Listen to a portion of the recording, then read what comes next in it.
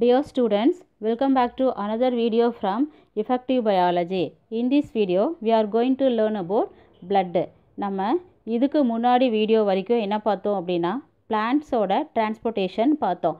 அதில் xylem cell தென் phloem cell எப்படி work ஆகுது, எப்படியெல்லாம் மினரல்ஸு அதே மாதிரி நியூட்ரியன்ஸ் வாட்டரெல்லாம் டிரான்ஸ்போர்ட் பண்ணுது அப்படிங்கிறத பார்த்தோம். இப்போது அனிமல்ஸில் சர்க்குலேஷன் எப்படி ஃபார்ம் ஆகுதுன்னு பார்ப்போம், எப்படி ஒர்க் ஆகுதுன்னு பார்க்கலாம். First what is circulatory system, collecting and transporting system. இது எங்கே மெட்டீரியல்ஸ் எல்லாம் இருக்குது, நியூட்ரிஷன்ஸ் எல்லாம் இருக்குது அப்படின்னு கலெக்ட் பண்ணிவிட்டு அதை தேவைப்படுற இடத்துக்கு டிரான்ஸ்போர்ட் பண்ணுறது தான் இந்த சிஸ்டத்தோட மெயின் ஒர்க்கு. இதில் ஃபஸ்ட்டு இன்வால்வ் ஆகிறது blood.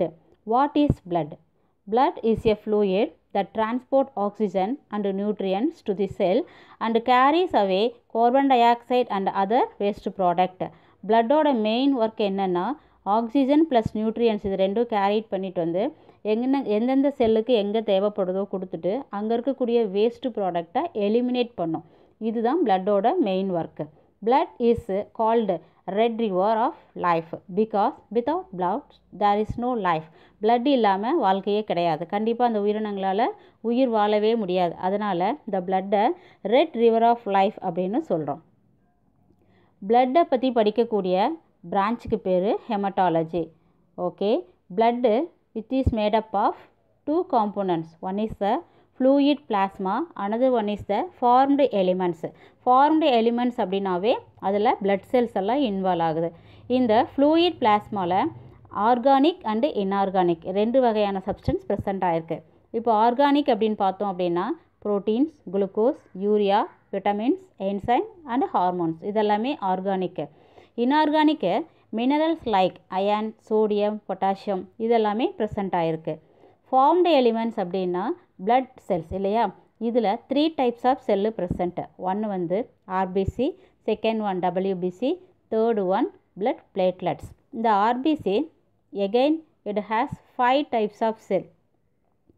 One is the neutrophil, second one is the eosinophil, third one basophil, fourth one lymphocytes, fifth one monocytes. Let me see one by one. Blood is the main circulatory medium in the human body. Human bodyல blood தான் main circulatory media. It is red colored fluid connective tissue. இது red கலரில் இருக்கக்கூடிய ஒரு connective tissue. ஏன் red கலரில் இருக்குது அப்படின்னா haemoglobin ப்ரெசண்ட்டாக இருக்கிறதுனால இது ரெட் கலரில் இருக்குது. Then components of blood. The blood consists of two main components. இப்போ தான் பார்த்தோம் இல்லையா, the fluid plasma and formed elements.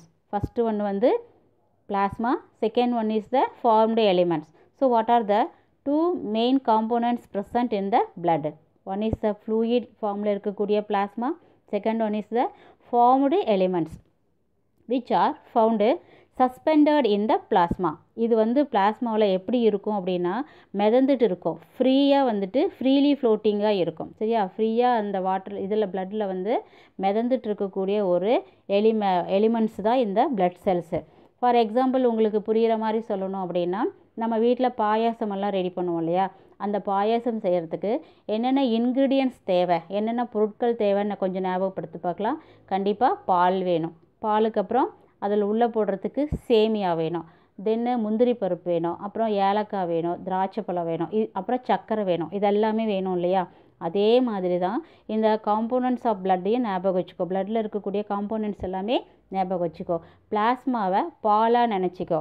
அப்புறம் பிளாஸ்மாக்குள்ளே இருக்கக்கூடிய பிளட் செல்ஸ் எல்லாமே என்னது ஆர்பிசி, டபிள்யூபிசி அண்டு பிளேட்லெட்ஸ். அதே மாதிரி தான் பாலுக்குள்ளே பாலுக்குள்ளே பாயசம் ப்ரிப்பேர் பண்ணும்போது உள்ளே என்னென்ன பொருட்கள் மிதந்துக்கிட்டு இருக்கும், நம்ம போடக்கூடிய முந்திரி பருப்பு, திராட்சை, அந்த ஏலக்காய் நுணுக்கி போடுவோம், இதெல்லாமே உள்ளே மிதந்துட்டுருக்கோம்.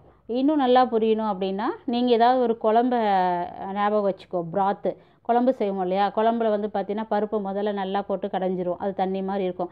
அதுக்குள்ளே போடக்கூடிய காய்கறிகள் கேரட்டு, பீன்ஸு, உருளைக்கிழங்கு இதெல்லாம், வெங்காயம் இதெல்லாம் உள்ளுக்குள்ளே அப்படியே மிதந்துட்டு இருக்கும் இல்லையா. அதே மாதிரி தான் பிளாஸ்மா அப்படிங்கிற ஒரு ஃப்ளூயிடில் இந்த பிளட் செல்ஸ் எல்லாமே ஈஸியாக ஃப்ளோட் ஆகிட்டுருக்கோம். The next one is plasma. Plasma is slightly alkaline. இது வந்து ஒரு காரத்தன்மையாக இருக்கும். Containing non cellular substance which constitute about 55% of the blood. Non cellular substance அப்படின்னாவே உயிரற்ற செல் பொருட்கள். பிளாஸ்மாவில் உயிரற்ற செல் பொருட்களாக ஆர்கானிக் சப்ஸ்டன்ஸும் இன்ஆர்கானிக் சப்ஸ்டன்ஸும் ப்ரெசண்ட் ஆகிருக்கும். அப்படின்னா உயிருள்ள பொருள் எதெல்லாம்? ஃபார்ம்டு எலிமெண்ட்ஸ் எல்லாமே உயிருள்ள பொருள். ஃபார்ம்டு எலிமெண்ட்ஸ் எதெல்லாம்? RBC, WBC, blood platelets. Okay, the organic substance like protein, glucose, urea, enzymes, hormones, vitamins and minerals are present in the plasma. இதை வந்து ஒரு 2 மார்க்கில் கேட்கலாம். What are the organic substance are present in the plasma? இதெல்லாம் ஒரு 2 மார்க்குக்கு நீங்கள் எழுதிடணும். So 1 மார்க்கில் எத்தனை பர்சன்டேஜ் வந்துட்டு பிளட்டில் பிளாஸ்மா இருக்குது? 55%. அப்போ 100% வர்றதுக்கு ரிமைனிங் எவ்வளோ இருக்குது? 45% இல்லையா? அப்போ ஃபார்ம்டு எலிமெண்ட்ஸ் வந்து 45% இருக்கும். நம்ம புக்கில் இது கொடுக்கல, நீங்கள் புக்கில் பக்கத்துலேயே எழுதி வச்சுக்கோங்க. 45% வந்துட்டு ஃபார்ம்டு எலிமெண்ட்டு ப்ரெசண்ட்டாக இருக்கும். The next one is formed elements of blood. Blood corpuscles are 3 types. Red blood corpuscles, shortly RBC, otherwise known as erythrocytes. இதோட மெயின் ஒர்க் என்னென்னா, it is a gaseous transport. Lungs to டிஷ்யூவுக்கு என்ன எடுத்துகிட்டு போவோம்? Oxygen எடுத்துகிட்டு போவோம். அதே மாதிரி டிஷ்யூஸ்லேருந்து லங்ஸுக்கு கார்பன் டை ஆக்சைடை எடுத்துகிட்டு போகும். இதுதான் இதோட main work. White blood corpuscles, shortly WBC or leucocytes.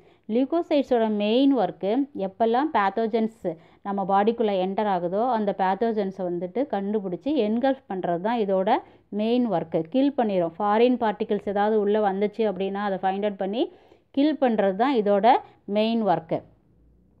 blood platelets or thrombocytes. இதோட ஃபங்க்ஷன் பார்த்தீங்கன்னா blood clottingல வந்து இன்வால்வ் ஆகும். Now we will see about red blood corpuscles.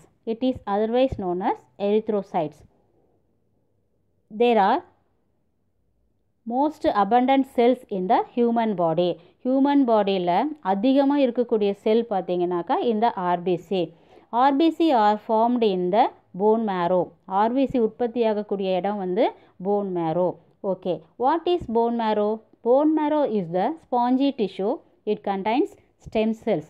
The stem cells can develop into the red blood cells, WBC and platelets. Okay, what is stem cell? Stem cell is the unspecialized mass of cell.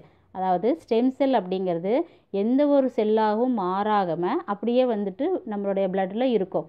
இந்த stem செல்லை தேவைப்படும் போது அது RBC cell, WBC cell, பிளேட்லெட்ஸாக இந்த மாதிரி மாற்றிக்கலாம். இது phone மேரோவில் அதிகமாக சுற்றிட்டு இருக்கும். ஓகே, இந்த ஸ்டெம் செல்லு எங்கெல்லாம் இருக்கும் அப்படின்னா போன்ஸ்லாம் ப்ரெசண்ட் ஆகிருக்கும்.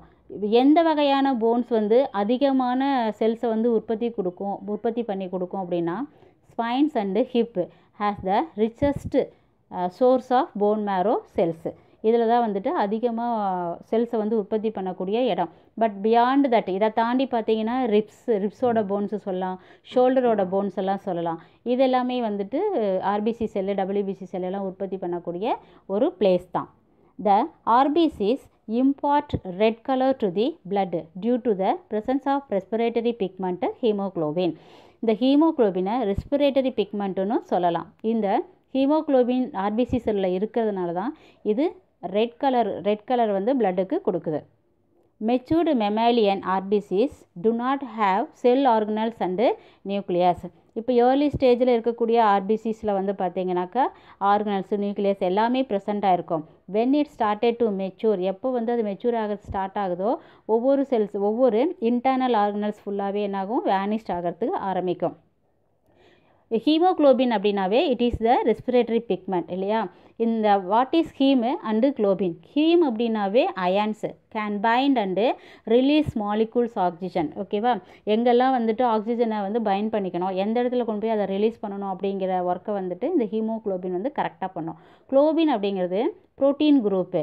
ஆக்சுவலாக வந்து it is made up of 4 protein molecules, that means globin chains. இதில் 4 சைட்ஸில் ஜஸ்ட் இமேஜின் இதோட ஹீமோக்ளோபின் ஸ்ட்ரக்சர் பார்த்தீங்கன்னா நடுவில் அயன் நினச்சிக்கோ, 4 கார்னர்லேயும் பார்த்தீங்கன்னா குளோபின் ப்ரோட்டீன் வந்து ப்ரெசண்ட் ஆகிருக்கும்.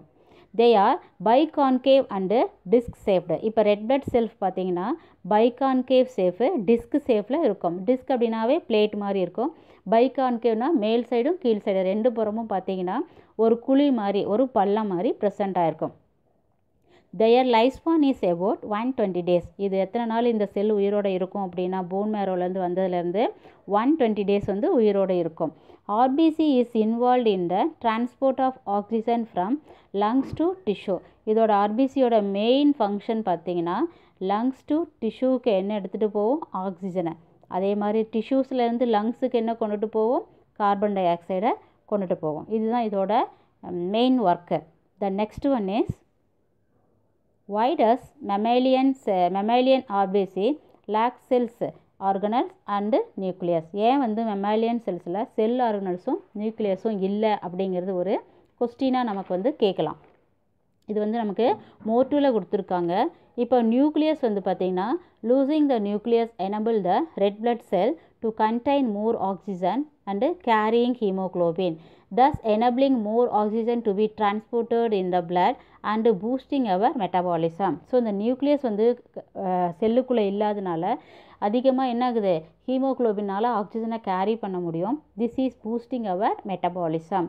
ஸோ செல்லு வந்து பைகான்கேவாக இருக்கிறதுனாலையும் வந்து ஒரு இம்பார்ட்டன்ட் யூஸ் இருக்குது. என்னென்னா ரெண்டு சைடும் குழியாக இருக்கிறதுனால அதோட சர்ஃபேஸ் ஏரியா வந்து இன்க்ரீஸ் ஆகுது. சர்ஃபேஸ் ஏரியா இன்க்ரீஸ் ஆகும்போது ஆட்டோமேட்டிக்காக என்ன பண்ணலாம், அதிகமாக ஆக்சிஜனை வந்து கேரி பண்ணுறதுக்கு யூஸ் ஆகும். தென் மைட்டோகாண்ட்ரியா இல்லை அப்படின்னா இல்லாமல் இருக்கிறது ஒரு பெனிஃபிட் தான். Mitochondria is absent so that oxygen is not utilized by the RBC and also oxygen is transported to target area. அதாவது டார்கெட் செல்லுக்கு போய் பர்டிகுலராக ரீச் ஆகிடும் எல்லா ஆக்சிஜனும். What would happen if RBC has mitochondria? இப்போ சப்போஸ் மைட்டோகாண்ட்ரியா வந்துட்டு ஆர்பிசியில் இருந்ததுன்னா என்ன நடந்திருக்கும்? மைட்டோகாண்ட்ரியானாவே நம்ம ஒன்று நல்லா ஞாபகம் வச்சுக்கணும், it is power house of cell இல்லையா, ஏடிபியை சிந்தசைஸ் பண்ணக்கூடிய ஒரு place. So it will use oxygen for its own respiration. அதை வந்து சப்போஸ் இருந்திருந்தது அப்படின்னா அதோட ரெஸ்பிரேஷனுக்கு ஆக்சிஜனை நிறையா எடுத்துக்கும். So decreasing the amount of oxygen transported to different parts of the body. அதனால் மற்ற பார்ட்டுக்கு எடுத்துகிட்டு போகிற ஆக்சிஜனோட கண்டென்ட் வந்து கம்மியாகும். The next one is endoplasm reticulum allows more flexibility for RBC to move through the narrow capillaries. இப்போது endoplasm ரெட்டிகுலமும் பார்த்தீங்கன்னா இந்த RB செல்லில் கிடையாது. why endoplasm reticulum is absent in red blood cells? During maturation, red blood cells lose the endoplasm reticulum. It enables the RBC to contain more oxygen carrying hemoglobin. இப்போ endoplasm reticulum இல்லாதனால அந்த area ஃபுல்லாக வந்து பார்த்திங்கன்னா செல்லுக்குள்ளே ரொம்ப ஃப்ளெக்சிபிளாக இருக்கும். So ஃப்ளெக்சிபிளாக இருந்தது அப்படின்னா அதிக ஆர்பிசிஸ் வந்து அந்த நேரோ கேபிலரிஸ்குள்ளே மூவ் ஆகி அது பாட்டு போயிட்டே இருக்கும். சரியா, இதுதான் இதோட மெயின் ஒர்க்கு. இவ்வளோ நேரம் நம்ம பார்த்தது ஆர்பிசி செல்லோட அதோட ஸ்ட்ரக்சர், அது என்னென்ன ஃபங்க்ஷன் இருக்கும் பார்த்தோம். அதே மாதிரி மெமாலியன் செல்லில் மெமாலியன் ஆர்பிசியில் என்னென்ன செல் ஆர்கனல்ஸ் இல்லை, அது இல்லாதனால என்னென்ன பெனிஃபிட்ஸ்ன்னு சொல்லி பார்த்தோம். இந்த வீடியோ உங்களுக்கு நல்லா புரிஞ்சிருக்கும்னு நினைக்கிறேன். தேங்க்ஸ் ஃபார் வாட்சிங். Kindly like, share and subscribe our channel to get the upcoming videos. உங்கள் ஃப்ரெண்ட்ஸுக்கும் இதை ஷேர் பண்ணுங்கள். Have a